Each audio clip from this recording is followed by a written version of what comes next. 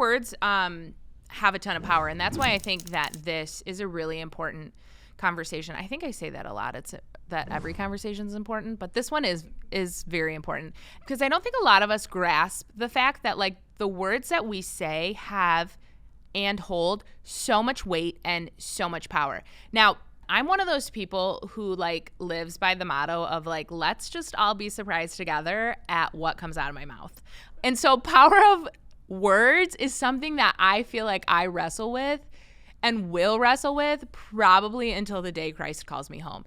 Because for me, it's just one of those things that's so hard. I verbal process things a lot. If you've been watching Everyday Theology for some time, you've probably caught on to that. And so for me, this idea of power of our words, I wrestle with it a lot because, you know, I've been hurt by people's words, and then I'm careful in what I say because I don't want my words to, one, either hurt someone, but I don't want my words to be misleading. Like, I don't want to be that Christian who's saying, well, if you just say this, this, and this, then that will manifest this in your life. Like, that can be very misleading and very destructive and, quite frankly, isn't biblical truth.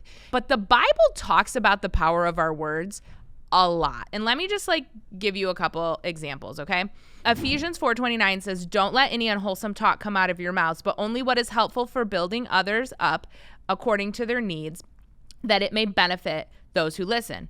When you're saying things that are unwholesome and they're not honoring and they're not what this passage says, helpful for building others up according to their needs, you know, that can be an effect of that. And sometimes we don't even think about some offhanded comment we made 20 years ago and the effect that has, you know, on an individual. And, you know, scripture also says too in Colossians 4:6, let your speech always be gracious, seasoned with salt, so that you may know how you ought to answer each person. You know, Proverbs talks a lot about our tongue. I feel like every other chapter in Proverbs is about taming your tongue or watching what you say or how words, you know, are sharp. But, you know, Proverbs 15:4 tells us that the soothing tongue is a tree of life, but a perverse tongue crushes the spirit. You know, and I think it's just really important not only to God how we use our words, but it should be important to us. If it's important to God, it should be important to us. And so I think it's really important in these conversations that we really reflect on the things we say. And, you know, maybe my say whatever's on my mind, verbal processing, let's all be surprised together, it's not always going to work, you know, that people can get hurt that way. And so that's why, you know, I said, like, this is something I'm working on too. And so I have a couple tricks and tips that I've been working on, and maybe that they'll be helpful to you. So I read a blog recently written by one of my friends just on this very subject, and we'll definitely link it in the episode copy below so you guys can have it all written out. You can see the verses and all of that stuff. But she leaves us with like 3 simple things, and these simple things have been like very helpful to me in beginning to just process how I use my words.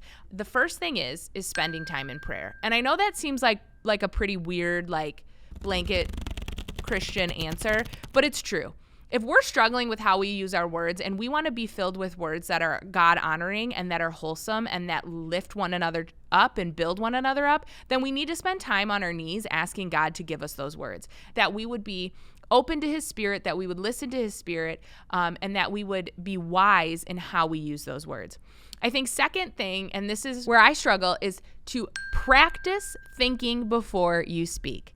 We live in such a crazy culture that in any moment in a conversation, things happen so fast that we always feel like we have to get the next word out. We have to say the next thing. We just want to interject because we want our point to come across. And sometimes without thinking before we speak, that's when we can say something that could intentionally hurt someone or mislead someone. Think of your thought that you want to get across before, and think of, is what I'm going to say adding to the conversation, benefiting the conversation, lifting up the conversation or the person, or is it going to distract or mislead? And sometimes when we take a minute to process our trains of thought, we end up saying things that are more encouraging and uplifting to those who we're communicating with.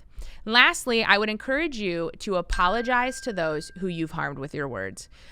You know, whether intentionally or unintentionally, I think it's really important as we, you know, journey we begin this journey of like how we speak to one another, is that we have to go back and ask for forgiveness, just as we ask for forgiveness from God from the things that we say that are against him or offensive to him. And so I think it's really important for us to kind of right those wrongs and to go to those people in our lives who we may have said something that could hurt them and just say, hey, you know what? I'm really sorry. Like, I said that.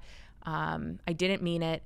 I know it was hurtful, and I apologize. And I would like to do whatever I can to right that wrong with you.